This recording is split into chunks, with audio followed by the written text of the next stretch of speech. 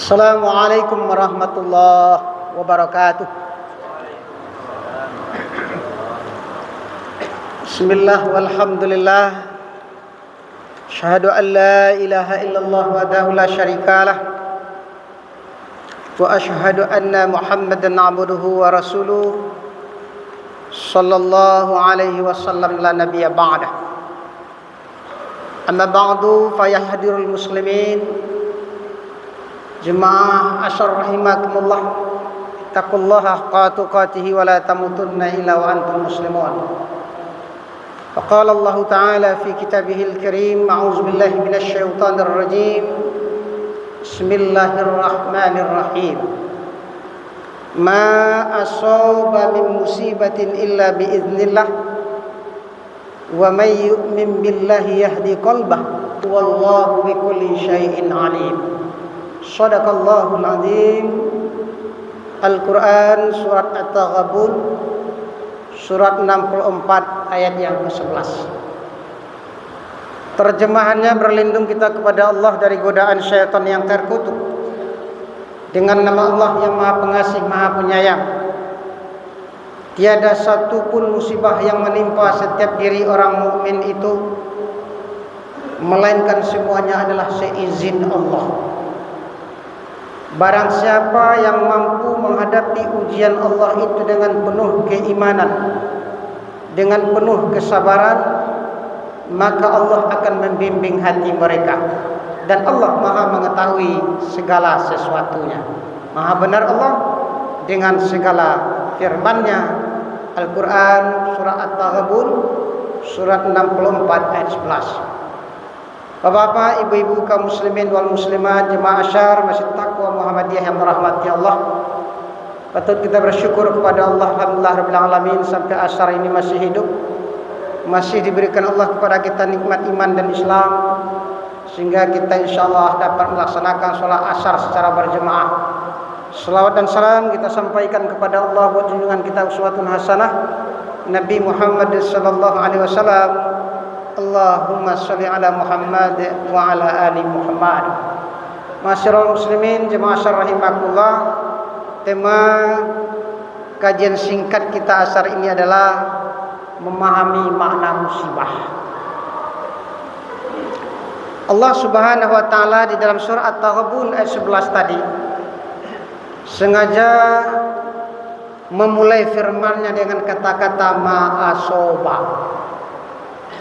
Asoba menurut gramatika bahasa Arab adalah bentuk fi'il madi yusibu mudhari'nya, yang secara etimologi artinya adalah sesuatu yang menimpa.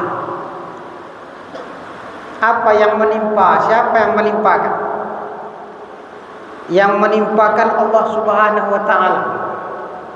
Yang ditimpakan Allah kepada kita adalah iman, ujian, cobaan. Jadi kaum muslimin sedang jemaah asar rahimakumullah, yang harus kita pahami bahwa kita pasti akan diuji oleh Allah. Dalam bentuk apa? Musibah, cobaan. Cobaan itu kaum muslimin sedang jemaah asyar rahimakumullah, dua saja bentuknya. Jadi artinya Allah akan menguji iman kita ini dengan dua hal saja. Pertama, Allah Subhanahu wa taala akan uji iman kita ini dalam bentuk segala sesuatu yang kita tidak senangi dalam hidup ini. Tidak kita senangi banyak. Ya, ujian yang tidak kita senangi dalam hidup ini sangat banyak. Mulai dari dalam bentuk kematian, kebakaran, ya, kebanjiran, gagal panen, ya. Dan terhadap ujian yang pertama ini, segala sesuatu yang tidak kita senangi ini, apapun bentuknya, Allah Subhanahu wa ta'ala menganjurkan kepada kita sebagai insan yang beriman supaya sabar. Apa tadi Pak? sabar. Jadi apa saja tuh ujian yang akan ditimpakan Allah kepada kita yang tidak kita senangi, solusinya adalah sabarlah. Karena kata Rasulullah, jika kamu tidak sabar dengan musibah yang kami timpakan kepadamu, yang pergi tidak akan pernah kembali lagi, kamu berdosa. Tetapi jika kamu sabar, innallaha ma'as sabirin. Pada pertama harus kita sadari, siapapun kita dalam hidup ini pasti akan dihidupkan Allah kepada kita ujian yang tidak kita senangi ini, apapun bentuknya. Namun sebagai insan yang beriman, solusi terbaik hanyalah bersabarlah. Lai talak sabar. Lai talak sabar pada ibu mengeceknya mudah. Ya kan? Mengeceknya paling mudah itu. Sabarlah Pak, sabarlah Bu. Ya, sabar-sabarlah Pak. Mengecek paling murah. Tapi mengamalkan sikap sabar itu di dalam kehidupan kita ini yang berat. Ini yang berat. Ini kaum muslimin sedang jemaah asal rahimakumullah. Yang pertama, bentuk ujian yang akan dihadapkan Allah kepada kita. Sedang kedua, kaum berbahagia, bahwa Allah akan uji pula iman kita ini dalam segala sesuatu yang kita senangi dan sukawa. Apa tuh? Nikmat iman, nikmat sehat, nikmat kekayaan. Perlu kita ingatkan kok. Ya, jangan lupa kaum berbahagia bahwa nikmat itu adalah merupakan ujian Allah yang harus kita hadapi dengan syukur nikmat. Dengan apa Pak? Syukur nikmat. Jadi itu, ketika kita diuji Allah dengan sesuatu yang tidak kita senangi, kematian, kebakaran, dan segala macam bentuknya, sabarlah. Sabarlah. Ketika kita diuji Allah dengan bentuk nikmat iman, nikmat sehat, nikmat kekayaan, dan segala macam bentuknya, syukurilah. Insya Allah, dua sikap inilah yang akan dapat menyelamatkan kita dunia sampai ke akhir. Masyarakat muslimin sedang jemaah asal rahimah. Kemudian ada sebuah riwayat yang harus kita ingat-ingat pula sebagai pelajaran berbahagia. Pada satu malam sesudah salat maghrib, Rasulullah sedang makan malam dengan istrinya Aisyah. Tiba-tiba kaum muslimin sedang makan kok mati lampu. Kan biasa saja.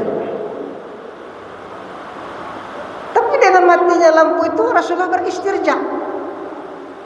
Inna lillahi wa inna ilaihi raji'un. Ini yang dibaca oleh Rasulullah. Dengan matinya lampu Rasulullah beristirja.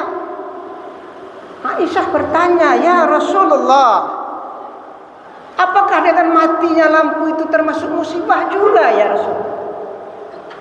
Itu pertanyaan Aisyah.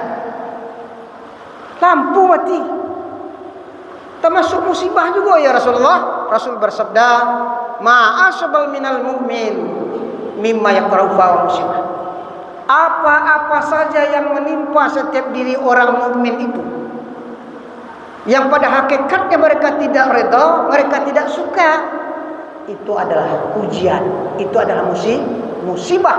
Dan ketika itulah Bapak Ibu rahimahullah, Allah membimbing kita untuk melaksanakan pelajaran dari Allah Subhanahu wa taala, alladzina idza asabathum musibah qalu inna lillahi wa inna ilaihi raji'un. Allahumma ajirni fi musibah wa khluq li khairan minha. Sungguhnya kami adalah milik-Mu ya Allah, dan sesungguhnya akan kembali kepadamu. Inilah kaum muslimin sedang jemaah asal rahimakumullah, pelajaran ya yang disampaikan oleh Rasulullah kepada kita. Ketika datang musibah apapun bentuknya, sabarlah. Ya, apapun bentuknya kita tidak senangi, sabarlah. Ketika datang nikmat hidup, kesenangan, bersyukurlah. Ya Pak ya? Oh, ini sedang banyak diuji Allah kaum berbahagia. Solusinya adalah ya, mari kita sabar, mari kita syukur. Ini kaum berbahagia. Kemudian kaum muslimin rahimakumullah, ketika berbahagia datang ujian itu apapun bentuknya, mari kita hadapi dengan lapang dada. Masyarul muslimin, jemaah syar rahimakumullah. Kemudian sebuah riwayat memberikan pelajaran kepada kita dari Abu Sa'id Al-Khudri meriwayatkan, pada satu ketika Rasulullah sallallahu alaihi wasallam dihadapkan kepadanya seorang jenazah. Sebagaimana kebiasaan Rasulullah sallallahu alaihi wasallam, kalau ada seorang jenazah dihadapkan kepada Nabi sebelum disolatkan, Rasul bertanya 3 hal. Aku pelajaran dia. 3 ditanya oleh Nabi sebelum jenazah tadi diselenggarakan. Pertama yang ditanya oleh Rasul adalah, ini jenazah sebelum kita solatkan, apakah almarhum ini meninggalkan hutang? Ada ditanya oleh Nabi, hutang. Tiba hari aja masalah hutang berapa ya? Kita orang pasar ke tidak ada ni tak hutang lah. Ya, Nabi saja sering berhutang. Dalam riwayat ini, kerabatnya menjawab, ya Rasulullah, ada ya Rasulullah. Nabi bertanya lagi, apakah almarhum ini meninggalkan harta warisan yang akan dapat menyelesaikan hutang-hutangnya itu? Tidak ya Rasulullah. Aku beda Pak. Tapi dulu awak meninggal, ya tak ngadu. Dan kamu menyelesai, tak perlu adu. Dah. Akhirnya kaum berbagai Rasul bertanya, kalau begitu siapa yang akan menjamin hutangnya ini? Siapa yang akan menjamin hutangnya ini? Antuk saja Pak. Jadi kalau pitih kekeluar kau lah antuk saja namanya. Diulang lagi Rasul lagi. Siapa yang akan menjamin hutangnya ini, kata Rasulullah. Antuk jadi. Akhirnya Rasul berkata, kalau begitu solatkanlah oleh kalian jenazah kerabat kalian ini. Aku tidak mau menyolatkan, kata Nabi. Tidak barek itu Pak. Barek masalah. Ya, jangan pernah kita menganggap enteng masalah hutang ini. Berat kaum berbahagia, berat. Berniatlah kita menyelesaikan. Kita pun mungkin tidak punya hutang. Seluruh kita pasti punya hutang. Tapi ingin kalau hutang masih ada, lupa atau pulang-pulang ya Pak ya, setidak-tidaknya pulang-pulang, pura-pura, ya pura-pura lupa itu Pak ya kan? Ini mohon Pak ya. Ingatlah, nanti akan dikembalikan oleh Allah Subhanahu wa taala. Nah, terakhir kaum berbahagia. Kalau tidak ada berbagi, tidak ada yang menjaminnya.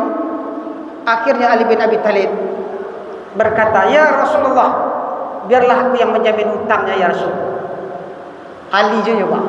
Tidak ada orang kaya Pak. Ya, Ali bin Abi, biar aku yang menjamin hutangnya ya Rasulullah. Biar aku ya Rasul. Akhirnya kalau begitu kata Rasulullah, marilah kita laksanakan ya penyelenggaraan jenazahnya. Mulailah kamu berbahagia. Disertakan jenazahnya. Setelah diselenggarakan jenazahnya, Rasul bersabda, apa kata Rasul berbahagia? Faqallahi rahinaka minan nar. Semoga Allah melepaskan tanggunganmu dari api neraka sebagaimana kamu melepaskan tanggungan saudaramu sesama muslim. Tiada seorang muslim membayar hutang saudaranya sama muslim, melainkan Allah akan Subhanahu wa taala lepaskan tanggungan nanti di akhirat.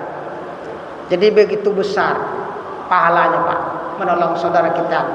Ya, walaupun dalam keadaan kita tambah ya. Mari kita berbahagia. Contoh ini kita tolong berbagai saudara-saudara kita, walaupun mereka sudah meninggal dunia. Karena itu adalah pahala yang sangat besar. Banyak maaf, billahi taufiq wal hidayah. Assalamualaikum warahmatullahi wabarakatuh.